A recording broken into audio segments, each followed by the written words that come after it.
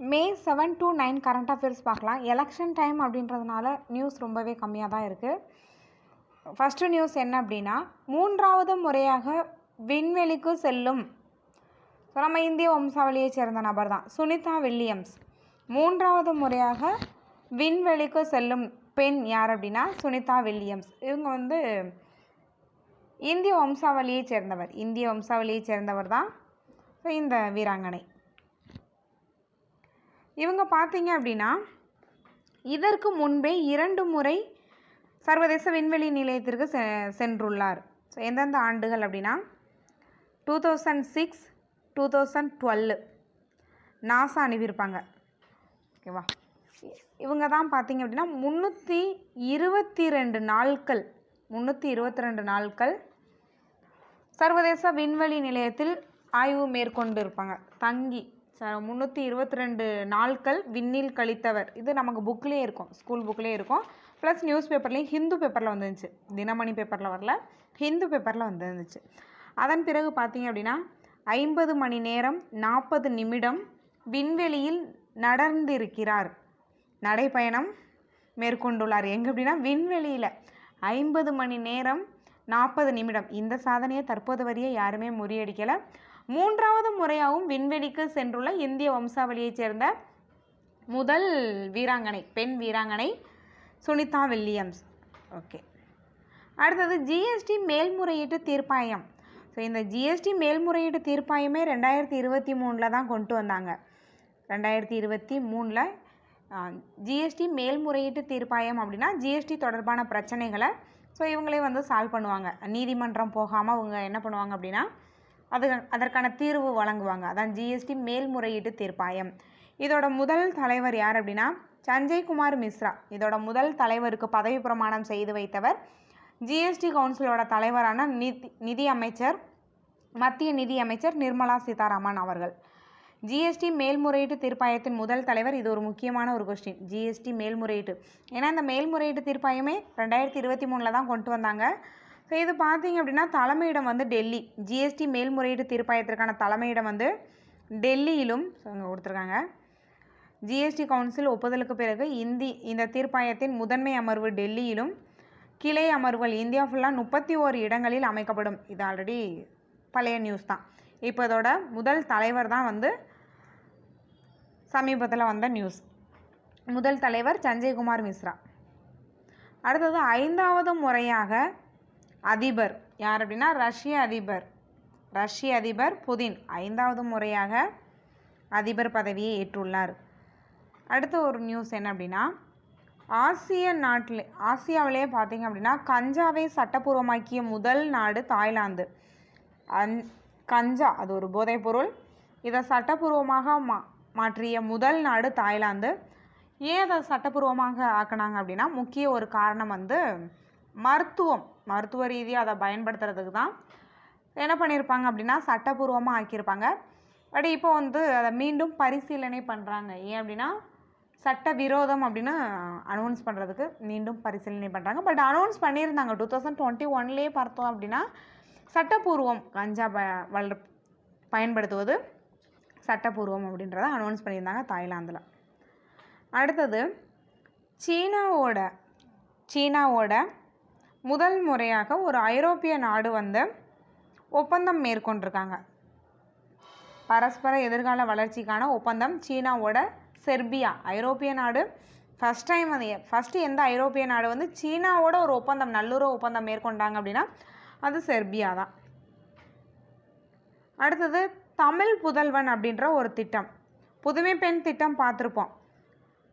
அரசு பள்ளியில் படித்து உயர்கல்விக்காக செல்லும் மாணவிகளுக்கு மாதந்தோறும் ₹1000 வழங்கும் ஒரு திட்டம் தான் புதுமை பெண் திட்டம். அதே போல் தமிழ் புதல்வன் திட்டம். ஸோ அந்த புதுமை பெண் திட்டம்ன்றது மாணவிகளுக்கு மட்டும், தமிழ் புதல்வன் திட்டம் அப்படின்றது மாணவர்களுக்கு மட்டும்.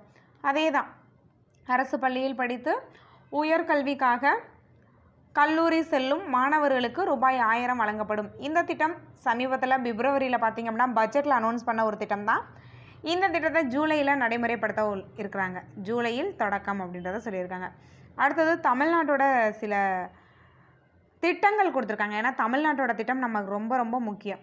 இதில் ஃபஸ்ட்டு பாருங்கள் என்ன இருக்குது அப்படின்னா இல்லம் தேடி கல்வி அப்படின்ற ஒரு திட்டம் இருக்குது. இது நமக்கு தெரியும். ஸோ இல்லம் தேடி கல்வி இப்போது சமீபத்தில் கரண்ட் அஃபேர்ஸ் பார்த்தீங்க அப்படின்னா தமிழ்நாட்டோட ஸ்கீம் எல்லாத்துக்குமே வந்து டேட்டோட கேட்குறாங்க. இப்போ இல்லம் தேடி கல்வி அப்படின்ற ஸ்கீம் எந்த ஆண்டு தொடங்கினாங்கன்னா 2021 அக்டோபர் 27 விழுப்புரம் மாவட்டம் மரக்காணம் முதலியார் குப்பம் அப்படின்ற ஸ்கூலில் ஓப்பன் பண்ணியிருப்பாங்க. அந்த பகுதிகள் ஊராட்சியில் தொடங்கியிருப்பாங்க. முதலியார் குப்பம் அப்படின்ற இடத்துல இல்லம் தேடி கல்வி 2021 அக்டோபர் 27 விழுப்புரம் மாவட்டம் முதலியார் குப்பம். ஓகே, அடுத்து ரெண்டாவது என்ன அப்படின்னா புதுமை பெண் திட்டம். புதுமை பெண் திட்டம் எப்போ தொடங்கினாங்க அப்படின்னா 2020 புதுமை பெண் திட்டம். இது இந்த மூவலூர் ராமாமிர்த அம்மையார் திட்டத்தை தான் மாற்றிருப்பாங்க. புதுமை பெண் திட்டம் வந்து 2022 செப்டம்பர் 5 2022 செப்டம்பர் 5 புதுமை பெண் திட்டம் தொடங்கப்பட்டிருக்கோம். அடுத்தது நான் முதல்வன் திட்டம்.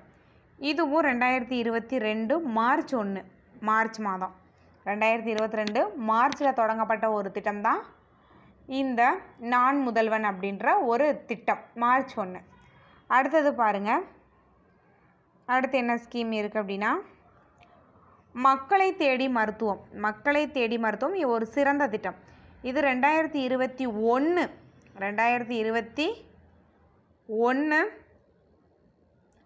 ஆகஸ்ட் 5 மக்களை தேடி மருத்துவம் கிருஷ்ணகிரி மாவட்டத்தில் தொடங்கியிருப்பாங்க. 2021 ஆகஸ்ட் 5. அடுத்தது இன்னுயிர் காப்போம் நம்மை காக்கும் 48 அப்படின்ற ஒரு திட்டம். இதுவுமே தமிழ்நாட்டில் தொடங்கப்பட்ட ஒரு சிறந்த திட்டம்னு சொல்லலாம். இன்னுயிர் காப்போம் நம்மை காக்கும் 48 அப்படின்ற ஒரு திட்டம். இதுவும் 2021 டிசம்பர் 18. இது பார்த்திங்க அப்படின்னா செங்கல்பட்டு மாவட்டம் மேல்மருவத்தூர் அந்த பகுதியில் தொடங்கியிருப்பாங்க. இன்னுயிர் காப்போம் நம்மை காக்கும் அப்படின்ற ஒரு திட்டம். தமிழ்நாட்டோட முக்கியமான திட்டம் எல்லாமே பார்த்துட்டோம். அடுத்தது இந்த சமீபத்தில் பார்த்திங்க அப்படின்னா திருநெல்வேலி மாவட்டம் நாங்குநேரி அந்த பகுதிகளில் வந்து இந்த ஜாதிய தாக்குதல் நடந்திருக்கும். ஸ்கூலில் மாணவர்களுக்கிடையே ஒரு தாக்குதல் நடந்திருக்கும். இது தொடர்பாக ஆய்வு செய்வதற்கு இப்போ அந்த மாணவர் வந்து நல்ல மார்க் எடுத்துட்டார் அப்படின்றதுக்காக நியூஸில் வந்திருக்கு. நமக்கு அது முக்கியம் இல்லை. இந்த நாங்குநேரி மாணவர்களுக்கிடையான ஜாதி பாகுபாடை களைப்பதற்காக தமிழ்நாடு அரசு முன்னாள் நீதிபதி கே. சந்துரு தலைமையில் ஒரு குழு அமைச்சிருப்பாங்க, ஒரு ஆணையம். அதுதான் நமக்கு முக்கியம். திருநெல்வேலி மாவட்டம் நாங்குநேரியில் பள்ளியில் நடந்த மாணவர்களுக்கிடையான ஜாதி பாகுபாடை களைவதற்காக தமிழ்நாடு அரசு யாருடைய தலைமையில் குழு அமைக்கப்பட்டது அப்படின்னு கேட்டாங்கன்னா முன்னாள் நீதிபதி கே. சந்துரு தலைமையில் குழு அமைக்கப்பட்டுள்ளது. அடுத்தது வள்ளலார் சர்வதேச மையம். அது வந்து பார்த்திங்க அப்படின்னா பெரிய பிரச்சனையாக போய்கிட்டு இருக்கு. இது எங்கே அமைக்க போகிறாங்க அப்படின்னா கடலூர் மாவட்டம் வடலூரில் அமைக்க போகிறாங்க. இந்திய தொல்லியல் துறை எப்போ தொடங்கப்பட்டதுன்னா 1861. நம்ம தமிழகத்தோட தொல்லியல் துறை வந்து 1961. இது வந்து இந்திய தொல்லியல் துறை. இது வந்து நம்ம தமிழ்நாடு தொல்லியல் துறை, மாநில தொல்லியல் துறை. அடுத்தது தாயகத்திற்கு பார்த்தீங்க அப்படின்னா பணம் அனுப்புவதில் வெளிநாடுகளில் இருந்து தாயகத்திற்கு பணம் அனுப்புவதில் முதலிடம் வந்து இந்தியா. ஸோ இந்த ரிப்போர்ட்டை யார் கொடுத்துருக்கா அப்படின்னா ஐநாவின் ஒரு அங்கமான சர்வதேச புலம்பெயர் அமைப்பு தான் இந்த டேட்டாவை வந்து வெளியிட்டிருக்காங்க.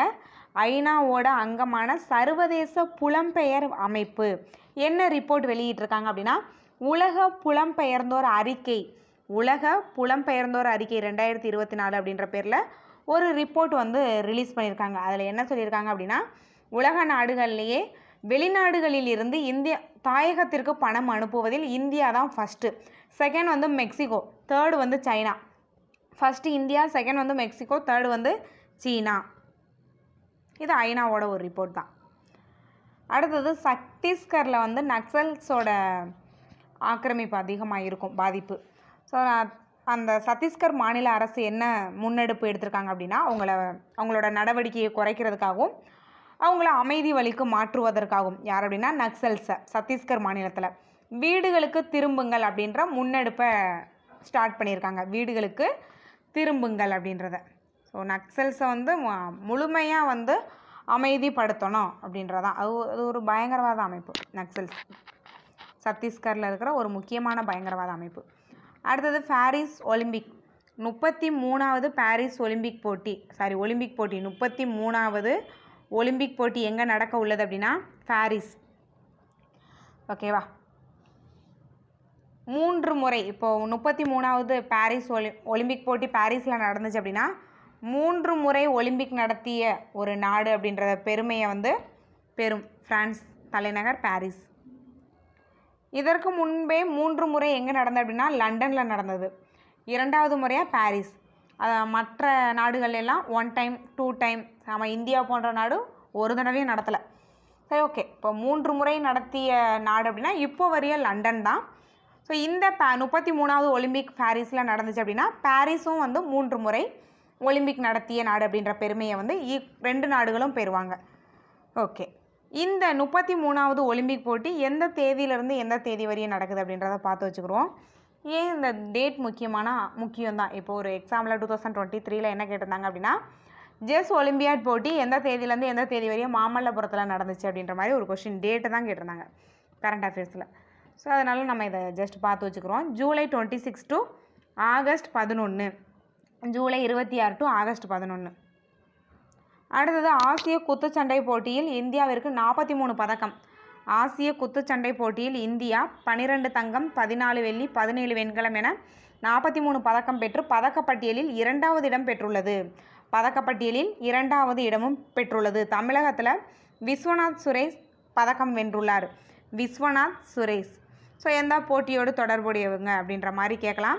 தமிழகத்தைச் சேர்ந்த விஸ்வநாத் சுரேஷ் எந்த போட்டியோடு தொடர்புடையவங்க அப்படின்னா குத்துச்சண்டை. ஸோ தமிழகத்தைச் சேர்ந்த ஒரு நபர் வந்து வின் பண்ணியிருந்தாங்கன்னா அது ரொம்பவே முக்கியம். அடுத்தது ஸ்பெயினில் நடைபெற்ற மாஸ்டர் டென்னிஸ் போட்டியில் ரஷ்யாவை சேர்ந்த, ஆக்சுவலாக நம்ம வந்து மகளிர் பிரிவு பார்த்துட்டோம். மகளிர் பிரிவு ரொம்ப முக்கியம். இது வந்து ஆடவர் பிரிவில் சாம்பியன் பட்டம் யார் அப்படின்னா ரஷ்யாவை சேர்ந்த ஆண்ட்ரே ரூபலவ். இவர் தான் வந்து சாம்பியன் பட்டம் வந்து வின் பண்ணியிருக்காரு. ஆண்ட்ரே ரூபலவ். அந்த மகளிர் பிரிவில் யார் வின் பண்ணியிருக்காங்க அப்படின்றது ரொம்ப முக்கியம். நம்ம அதை ஆல்ரெடி போட்டுட்டோம் அந்த வீடியோ.